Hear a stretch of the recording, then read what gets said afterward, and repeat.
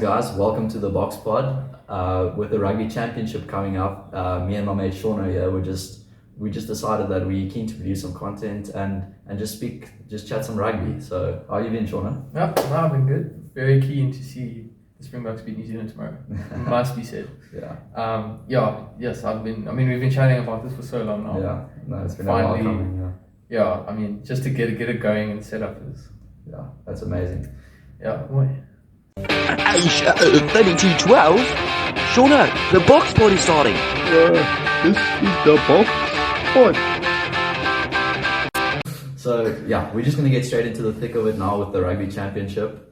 First game that we're going to talk about is what most people are calling probably the game of the weekend. I know Argentina and someone else are playing. I can't remember now. Fiji. Yeah, it must be Fiji or some team like that.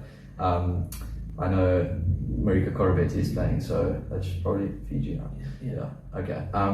So first things first, should we just get into the team sheets here? And okay. So first thing that pops out at me, Shauna, is Trevor Nyakane starting above Stephen Kitzelf at number 1.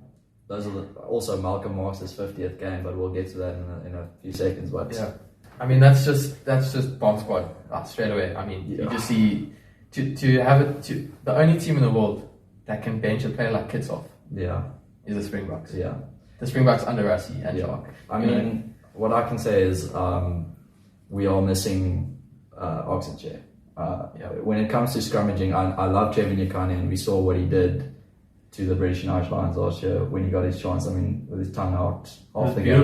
It was beautiful. It was way almost as pretty as or some would say prettier than Cheslin going over to win the series for us. 32-12. Okay. But yeah, so I back Trevor, obviously. He's up against Angus Tavar.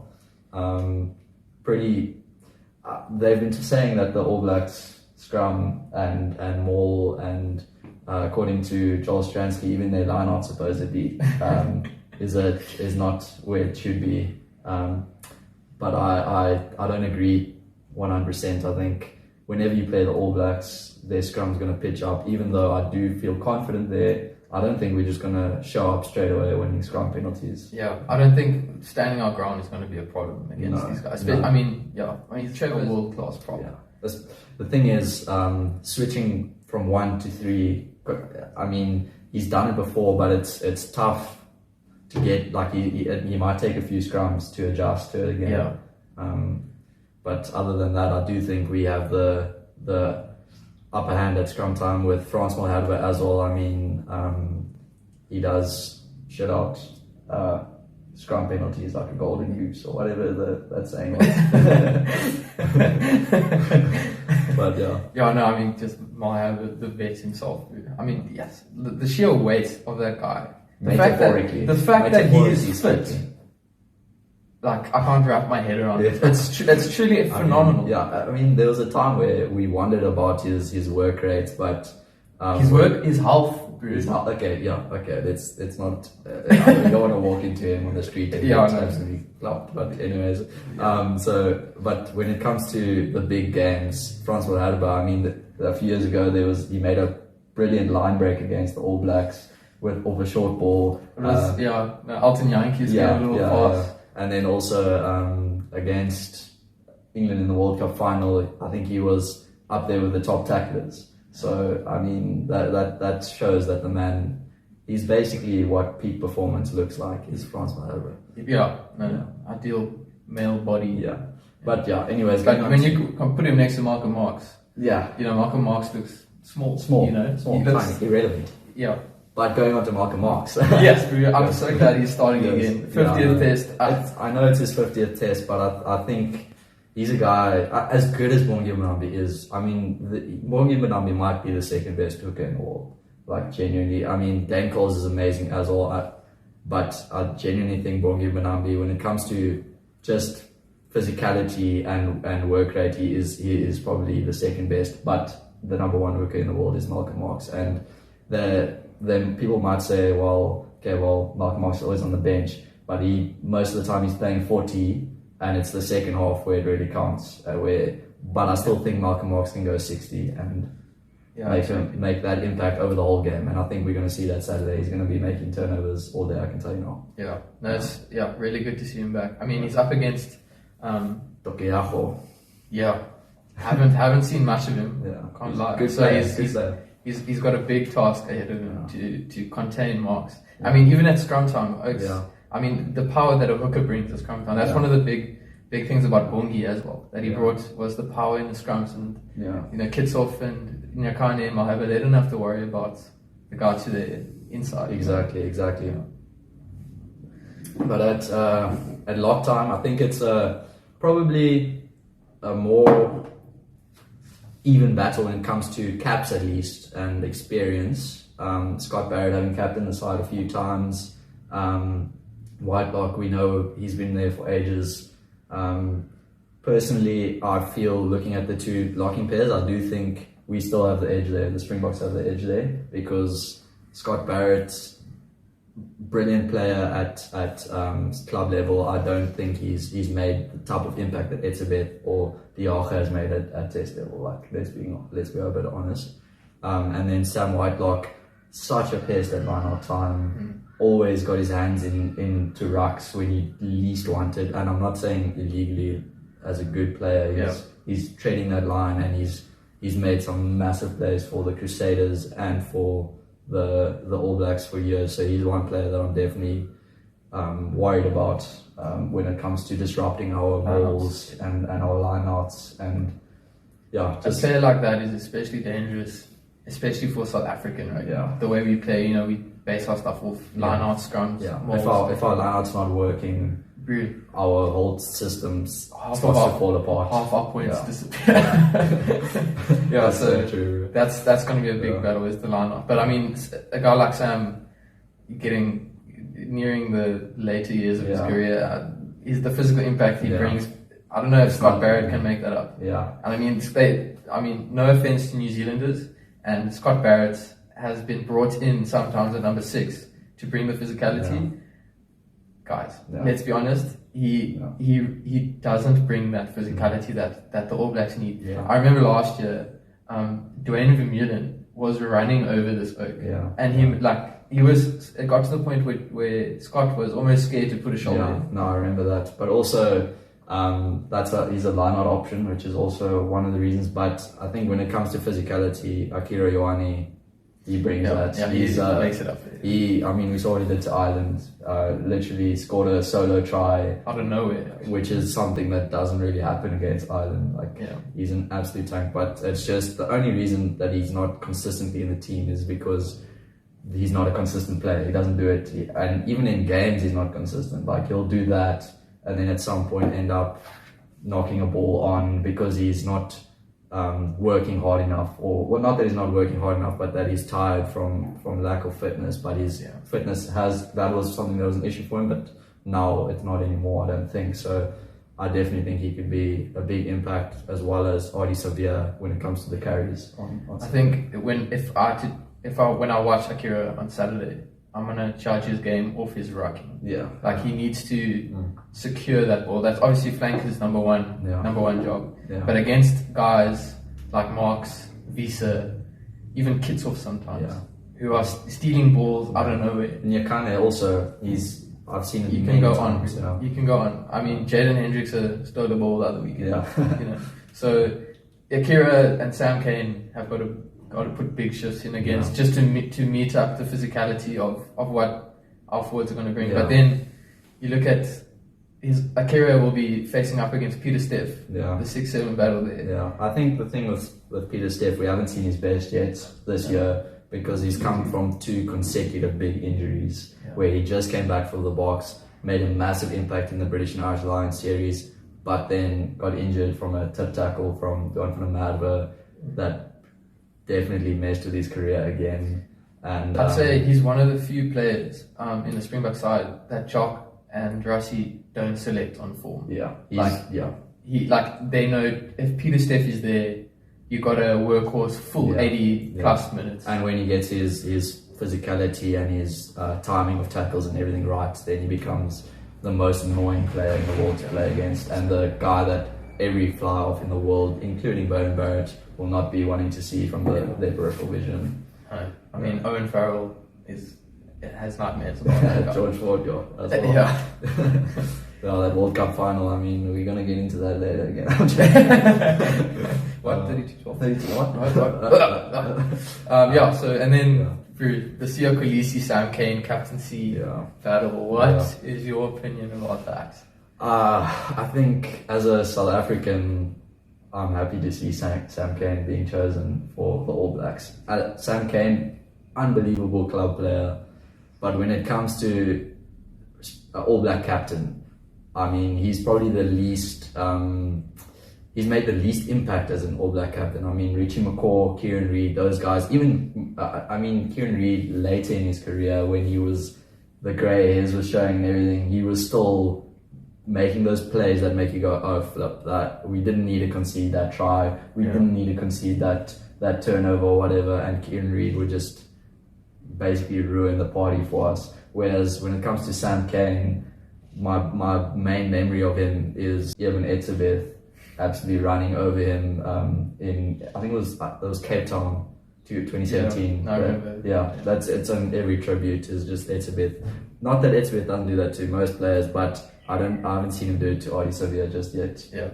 So just like the fact that he is captain shows like he doesn't only have the backing of the coaches. Yeah. It's the team as well. You know, the team respects to be captain of the All Blacks shows something. The thing is, he fitted into the team when the oaks around him were the main stars and the main, like when because he was there when Kieran Reid and I think Jerome Kana was also there still when he was there, if I'm not mistaken. Whereas Sam Cane by himself as the leader, I mean, Ardie Savea is more of the leader in that team, in my opinion. Yeah.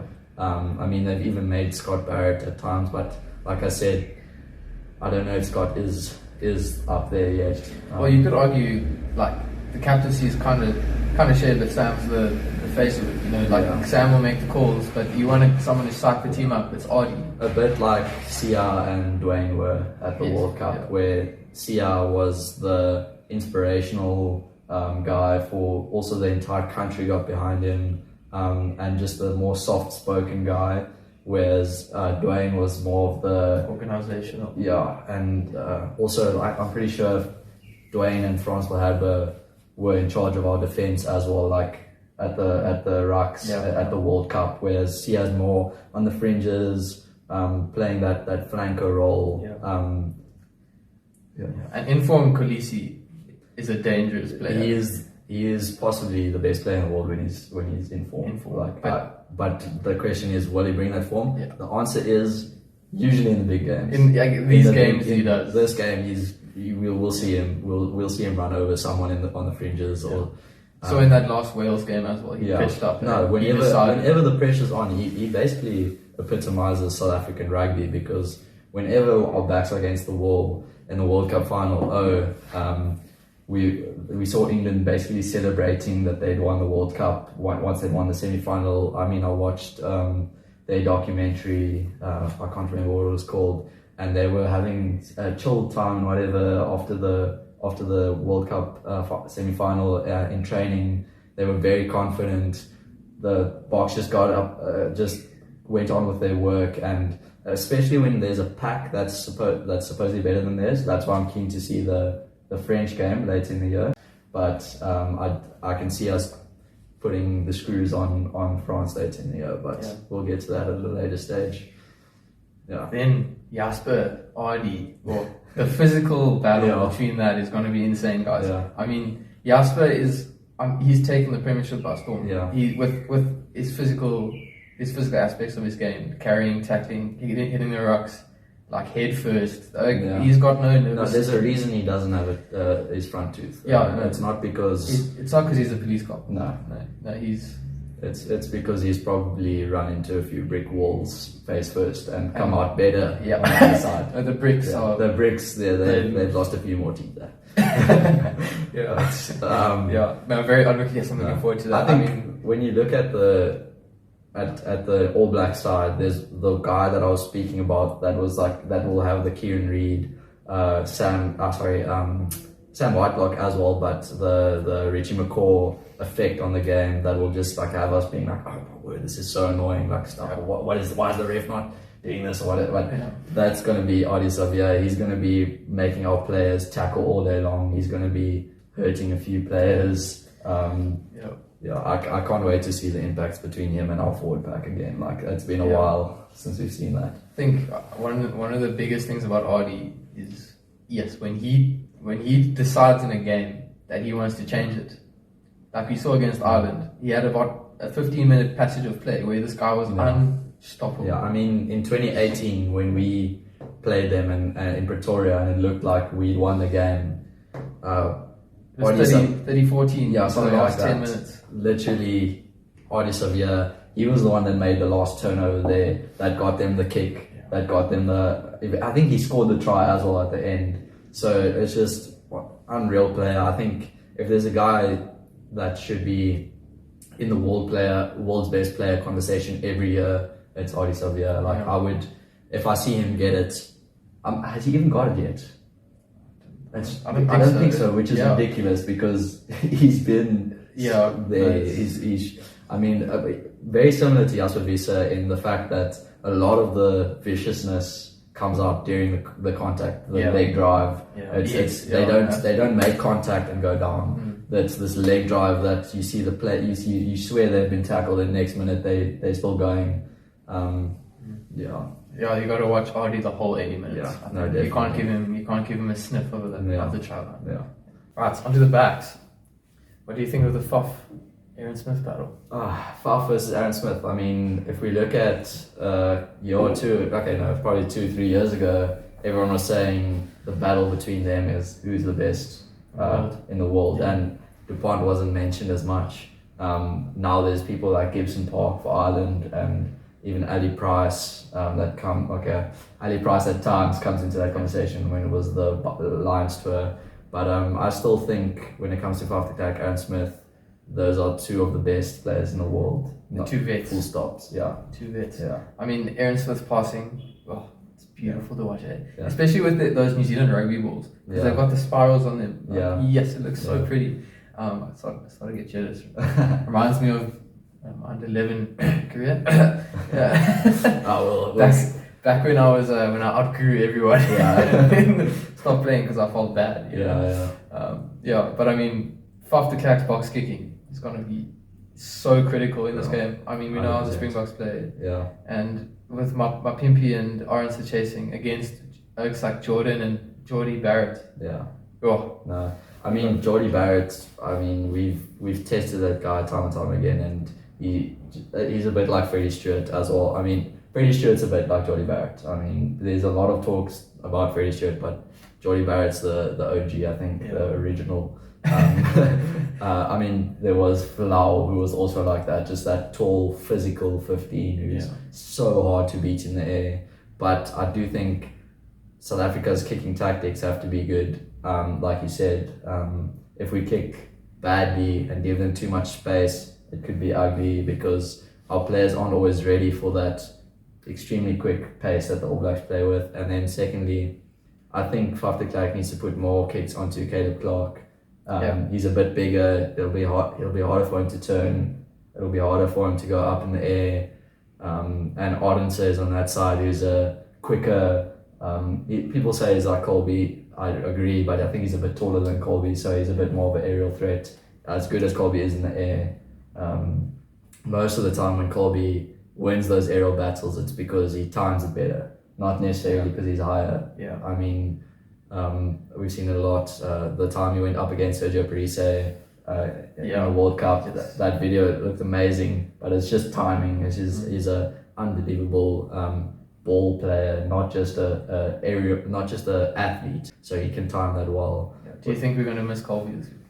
I think we haven't seen much of Colby lately. I mean, he hasn't been at his top yet. But also, and Arendse has been unreal at club level. At club level, there's a big difference. But I do think Arendse, the pace wise, is unbelievably quick, and we've seen he's a blitzbok. outrunning some of the quickest players in the world. Like the sevens players tend to be quicker than the 15-man players. Yeah. And so I do think he will step up. He's got a very good step on him, great ball skills. He's also 15, so aerially he's brilliant. So yeah, I'm really glad he got a. He played all three. No, he played 2 of the Wales tests. Just the one. Okay, yeah. well, glad he got some games on Monday's spot because he made an impact in that. For game. a guy like Kirkley, confidence is a big thing. Yeah. Like he needs to know that he can step any player. Yeah. That he's up against, and like I back him 100% of the way. I mean, the most carbon copy replacement of Colby you can find in the world. I mean, definitely. But yeah, so. I mean, I also up against Caleb Clark. That's going to be a bit of brawn versus agility. Yeah. You know, not that Caleb Clark isn't quick. I mean, that can outrun most people in the world over 100 meters, but Arendse has got that agility. So there will be possibly a case where Arendse steps in, gets away, and that could be something, or Clark runs over Arendse, and that turns into. I just really hope it's like that Colby Ioane battle last year, where Colby just munched Ioane every tackle. Yeah. Like he gave him no space, no time. Yeah. And then skip the flowers. Oh no. Well, most of the game tends to be from our side off 9 these days.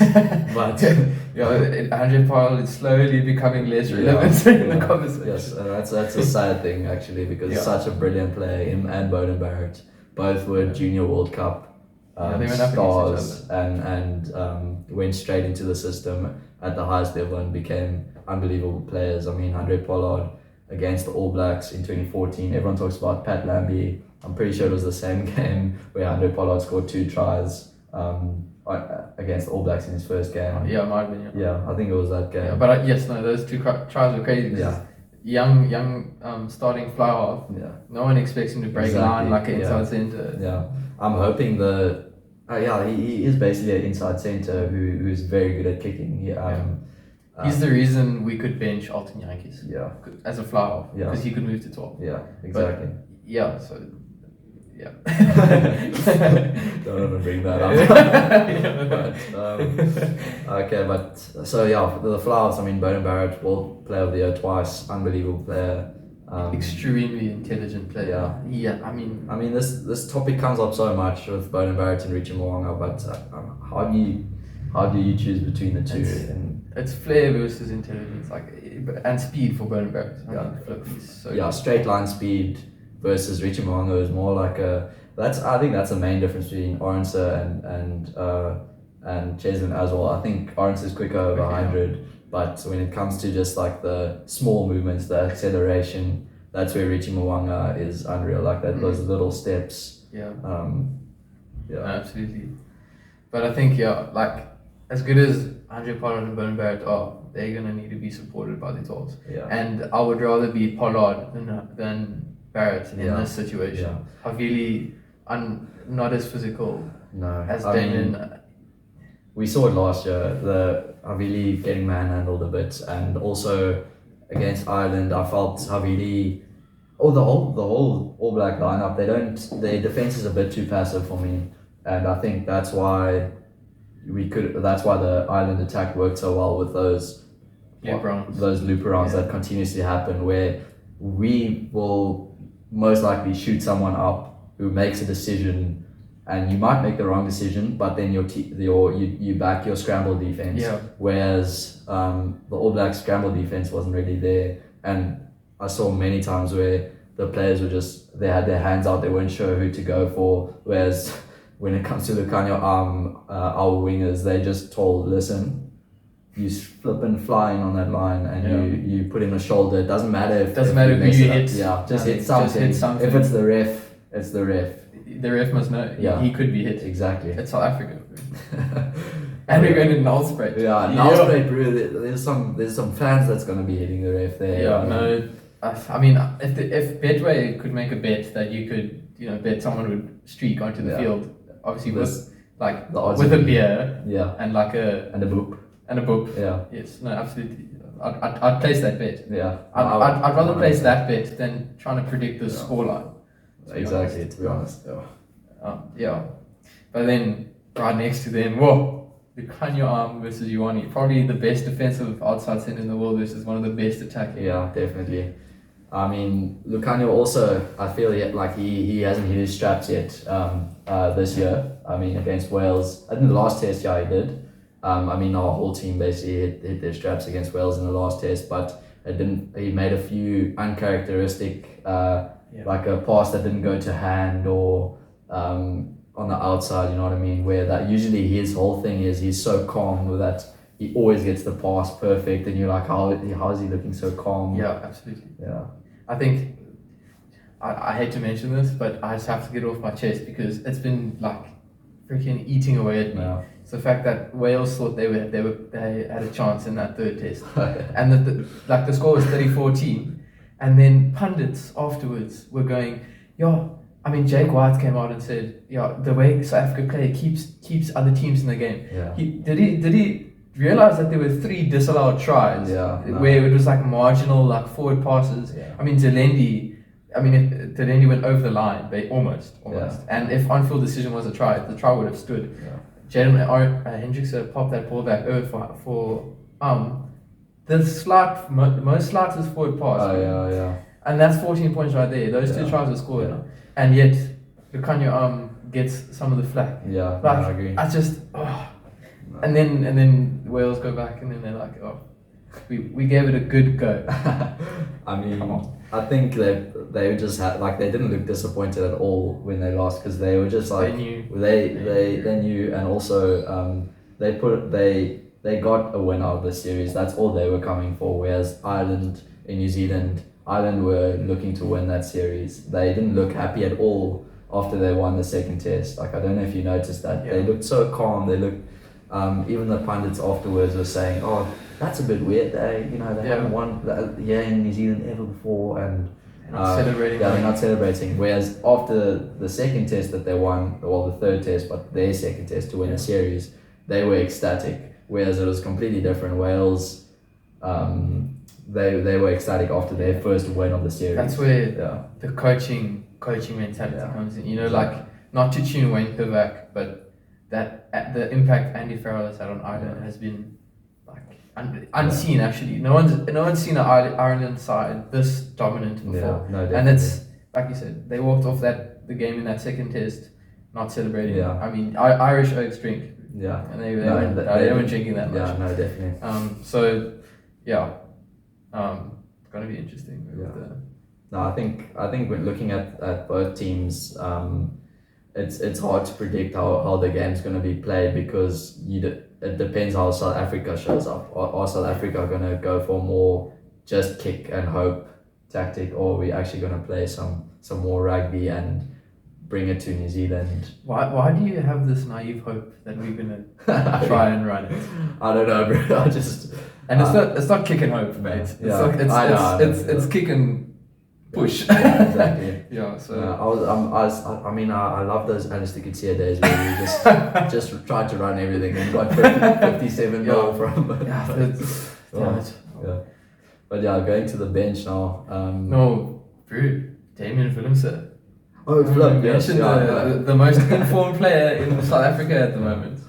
Yes, no, he's been unreal, to be honest. I think one thing that people don't mention a lot is him playing with the Stormers and going to 12 with Gelant at 15 really gave him a way to understand how to play 15 better as well. So when he slots into that role, I think he's more confident now after playing with a very good club side, where compared to when the Stormers were lacking, his confidence was low, and when he came to the box, he struggled a bit when he played in that more distributor role of 15 and 10. Like he struggled a bit more with that. Yeah, like you said, I mean, when he was called up to Springboks for the first time, he was called up into a fullback position. Yeah. And did he play 10? What? No. Maybe off the bench. Yeah. But so to be put into 15, probably the position where you make the second most amount of decisions. Yeah. Split decisions. Yeah. And a player like Willemse, who always he wants to make the most out of every situation. He overthought. Yeah. Exactly. Just from there was just too much going on in his mind, whereas he needed to. that time he spent at 12 where there's no time to think. Direct. You just go direct, catch the ball, play just off pure instincts and go, because he's an unbelievable instincts player, and that's why he was such a good schoolboy player. That's why everyone knew of him and why there was so much hope for him, is because at school level he was playing 10, but schoolboy rugby, contrary to popular belief, is actually a very running rugby style of play in South Africa, and he would take it to the line more. He wouldn't be thinking about, oh, should I kick, should I do this? Whereas now, with that professional time where he's learned the kicking game more, mixed in with his natural instincts, he's become a perfect 15, I think. Yeah, absolutely. Yeah. 100%. Yeah. Okay, so Shauna, going onto the bench, what pops out to you, bro? I'm really glad to see Simon Murat back on the bench. Yeah. I mean, like, very, very like replacement to someone like Louis Diago, very skillful, physical, and has a lot of talent. Yeah. I'm really happy to see him back there instead of Marvin. Yeah. I think. I think it makes a more physical impact than Marvin does. Yeah, absolutely. And I think, bring him on, you're not going to have a lack of intensity. So very glad to see him there. Yeah, and he's got a lot of years to go. So like getting him into an All Black fixture now is, I think, a really important thing. Definitely one for the future. Yeah. So, and for me, also we've spoken about Mbonambi, Kitsoff and Coles. For the All Blacks, Ethan de Groot comes in, he's very highly rated in New Zealand. We haven't seen much of him because I think he started coming through a bit after we were out of Super Rugby. So I haven't seen much of him. No, as well. But de Groot sounds very Kiwi. Must be said. I mean, even Tyrell Lomax, I haven't heard much about him. Or seen much. He's been around for a while, but he hasn't done much. I don't think that's quite a young bench. I mean, Quintu Pia was there. We've seen a bit of Shannon Frizzell, obviously Rishi Mwanga. So a very young, inexperienced bench makes you question what's Ian Foster thinking and how these guys going to come up against the bomb squad. No, definitely. I mean, that's a big thing that a lot of teams are doing. I mean, even Wales were putting some big names on the bench just to try and counter the bomb squad. So I don't know about. And then that didn't work out. At all. No. But I mean. Then you got Franco Mostert and Kwacha coming on as well. I mean, Kwacha, a seriously underrated player. Honestly, definitely. People don't realize the work he does off the ball. Yeah, especially fetching. I mean, when he comes on, he plays that front row role. He's quicker than front row, so, but also a bit smaller. But he has his advantages. But at the ruck, he's a menace. And stripping balls from people while they're carrying. He's brilliant. And he's deceptively physical. Like you see the runs he makes. I mean, he ran over Josh Navidi against Wales. So look, Shannon Frizzell, he can match him. Absolutely. No, Shannon Frizzell is definitely the more physical of the two. But when it comes to making an impact, I think both of them will be able to make a solid impact. But I like, you look at the fetches in this New Zealand side. Artie Xavier. Is it really? Yeah, he's a fetcher.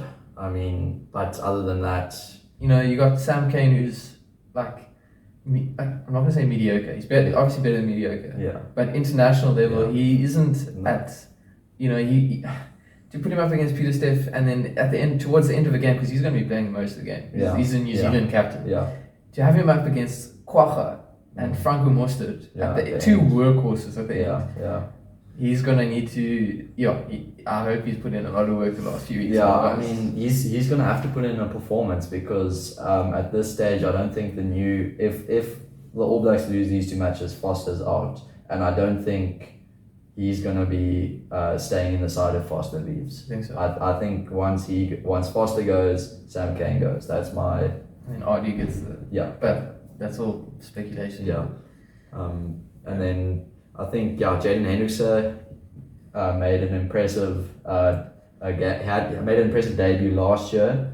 Then again this year after coming back from injury and against Wales in the second test when he started, his kicking was far more accurate than Faf's was in the first game. Very composed, well level-headed. Managed to keep his spot against Wales, but going in against New Zealand, you don't put a guy in who's had one or two caps in a position unless there's no one else. Yeah. Whereas we have Faf and we have Pollard at 9 and 10, so there's no need for a youngster there. And then the biggest vet of them all, Philly. Over the years I've tuned this guy so many times, and each time I've been proved wrong by this. He is. Definitely. I honestly admire him. He's the way that he can rock up, and the intelligence he brings to a backline. Yeah, that's exactly it. He makes a backline tick. He's not someone who's going to be stepping someone and scoring a 100-meter try necessarily at international level anymore. In his younger days, he had the pace, but for so long now, his ability to know when to join the line, know when to stay out, know when to give a skip pass, know when to give a flat ball, and just you'll see him the whole time pointing, telling players where to go, organizing the back line. And usually when we start playing a bit more running rugby, that's when he plays his best as well, when we see the best of it. When he sees a gap. Yeah. And also, I mean, his kicking is also very pinpoint kicking, pinpoint. And in the air, I mean, that was his big thing, is he can't take in the air. And he did have that issue with confidence and with the injury at the World Cup. But I mean, over the years, he's been in his prime. He was unreal in the air, and now again against Wales, he was brilliant in the air. Yeah. So I think he might knock one or two in the air. Everyone does against the All Blacks, because they also have a very good kicking game, despite what some people think. They kick almost as much as us, just very accurately. Yeah. And then what do you think of Quinn Tupaia coming in for Tuvasa Sheikh? I think Quinn Tupaia is the guy who should be starting against us at 12, because he's more physical, he's more he's got a brighter future at 12 than Havili. Havili, in my opinion, is a 15. That's where he started off, I'm pretty sure. He was for the Crusaders. World class 15. Yeah. So at club level, brilliant player still at 12, just from his pure skill. But when you step up to international level, he got shown up against Ireland. He's been shown up against us. So I think Quinn Tupaia should be starting, and he'll be much more of a fetching threat as well. Yeah. So score predictions. I'm feeling very confident, to be honest. As much as I've said about the All Blacks, I think when that people say the All Blacks have their back against the wall, I think the Box will also be damned if they're going to lose their first game against New Zealand at home in a long time. You know what I mean? Like, I know what I'm saying is, I know they beat us last time they were here, but I think we want to put up a performance for our country in South Africa against the New Zealand, and once again prove that we are the best, because currently, I mean, we lost our world number 1 spots. We haven't played Ireland or France yet, so the only chance we have now to prove out that we're the best currently is to beat the All Blacks and beat them convincingly. So I think we've worked off the rust from the Welsh series. We started picking up momentum for the last game, so I think I see us putting out a clinical performance and winning by 15 points. Really? 15 points? I can see it happening, yeah. So if I say we win by 14 and we win by anything less, I win, right? The bet. No, you have to say who's closest? Okay. So I've got by 14. By 14? Yeah. Okay. Yes, okay, I get it. Okay, so we're putting 50 bucks. No, I'm joking. I don't think we're going to win by 14. Honestly, it's going to be... I'm going to take a leaf out of my dad's book and say it's going to be a draw. A draw? It's going to be a draw in Nelspruit. I'm calling it now. No. A wounded New Zealand side. I know they're wounded, but... I mean, do they have the firepower currently in the forward pack? I don't think so. I don't think they're physical enough to just dictate a game. I don't think New Zealand are going to win it. I think we're going to use the win. I think to a draw. Yeah, that's what I'm saying. I see a clinical performance from us coming, but we'll see what happens. So how many points you said? 0. Oh yeah, draw. Okay. Win by 3. I draw by 3. Okay, sure. Okay. Yeah, well, $50 on it. $50, yeah. Let's go for it.